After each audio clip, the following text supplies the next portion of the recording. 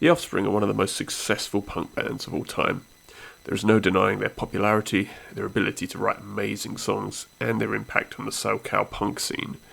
They are one of the first bands that I truly fell in love with, and I still listen to them over 20 years since I first discovered them. Their first 6 albums are solid slabs of pop, hardcore, ska punk genius, and I honestly wondered how they managed to put out album after album of excellent music. That was until they didn't. The cracks started to appear with 2003's album Splinter. Longtime drummer Ron Welty was fired from the band prior to the album's recording, and obviously everyone's favourite session drummer Josh Freese filled in for Ron in the studio. This was the first album which started to show some inconsistencies in the songwriting. The songs are not bad, but when compared to the band's previous 6 outings, they are nowhere near as catchy and relatable. This was reflected in reviews as well as sales at the time. It should be noted that the album still went gold in the US. As a fan, I gave them a pass. No band after all can have a perfect discography. The songs, and again, Splinter wasn't a bad album, it had some good songs, it's just they weren't as good as the old ones, so it was okay. The next album, Rise and Fall Raging Grace, took 5 years to surface. This was the longest time between releases. The album was produced by Bob Rock, Love Him or Hate Him, and it starts off really strong. The first 4 tracks, Half Truism, Trust in You, You're Gonna Go Far Kid and Hammerhead, are great songs. But from track 5 onwards, the album kinda goes to shit. This was when I started to notice something about the album. Track 5, A Lot Like Me, is a powerful, kind of ballady type song, and it's fine, but I noticed it kinda sounds similar to Linkin Park's What I've Done. It's not identical by any means, but the piano, the powerful chorus and overall vibe is very, very similar. As I continued to listen, I noticed that Christy Are You Doing Okay also sounded kinda familiar. Then I remember Green Day's Wake Me Up When September Ends, with its acoustic guitars layered in the mix, along with a xylophone or bells or whatever it is going on. Stuff Is Messed Up also sounds familiar, but I can't think of what exactly. It might just be because of the generic intro drums that's been used on countless forgettable tracks in the past. This is the trouble I started to have with the last 2/3 of the album. It's just a mishmash of ideas that seem to try to capitalise on more popular songs of the era. If the album continued with the intensity of the first 4 tracks, it could have actually been a really good album, but oh well, I figured never mind. Splinter was okay, this album, it started off strong but wasn't great, big whoop. Another 4 years go by before 2012's Days Go By is released, and it's an album of truly forgettable songs. Opener, The Future Is Now, has energy and isn't bad. It's got a great chorus and it's fine, but that's it. The trouble again with this album is it has songs that kinda sound like other songs that were popular at the time.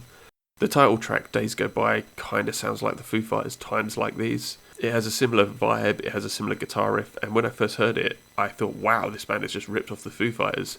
And I was truly upset when I heard the vocals come in and realised it was the Offspring. Cruising California, I thought was a joke when I first saw the video on TV. I couldn't believe it.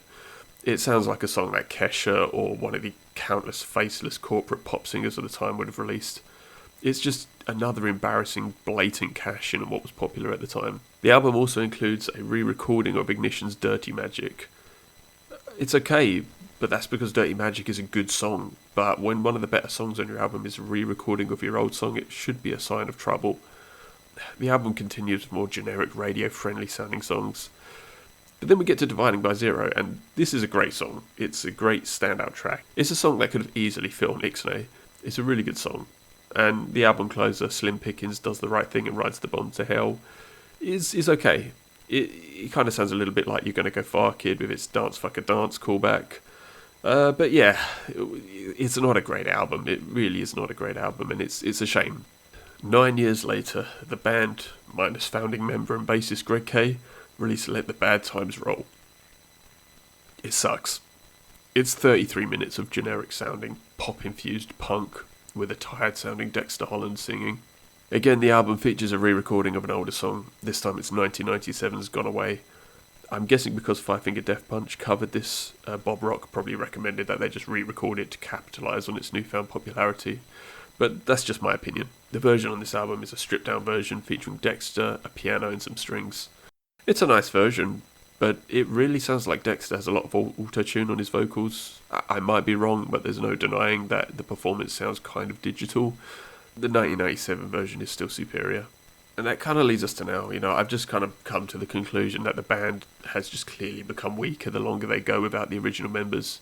And it's actually really sad to hear as a fan, and as a fan of like Dexter and Noodles and the guys as a whole, that Ron and Greg kind of seem to be getting fucked out of royalties, and there's a lot of like weird bad blood going on and horrible business decisions, and it's really sad to hear that. And it also just seems like Bob Rock is just trying to get Dexter to write songs that sound like whatever's popular at the time, and again, it's just annoying, you know. Bob Rock's produced some really, really good albums, but also he just kind of gets the band to sound kind of whatever is popular. You know, a lot of people hate him for what he did with Metallica and Saint Anger, but it's reflected quite well here, I think, in that Saint Anger.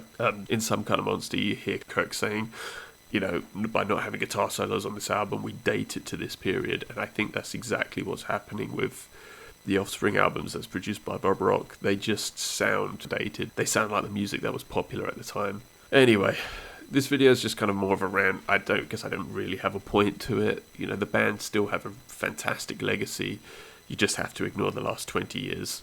Anyway, if you ever made it to the end, thanks for listening to my ranting, and I'm sorry I sound kind of congested. I have sinusitis, and I feel kind of like crap at the moment. So yeah, I'm sorry about that.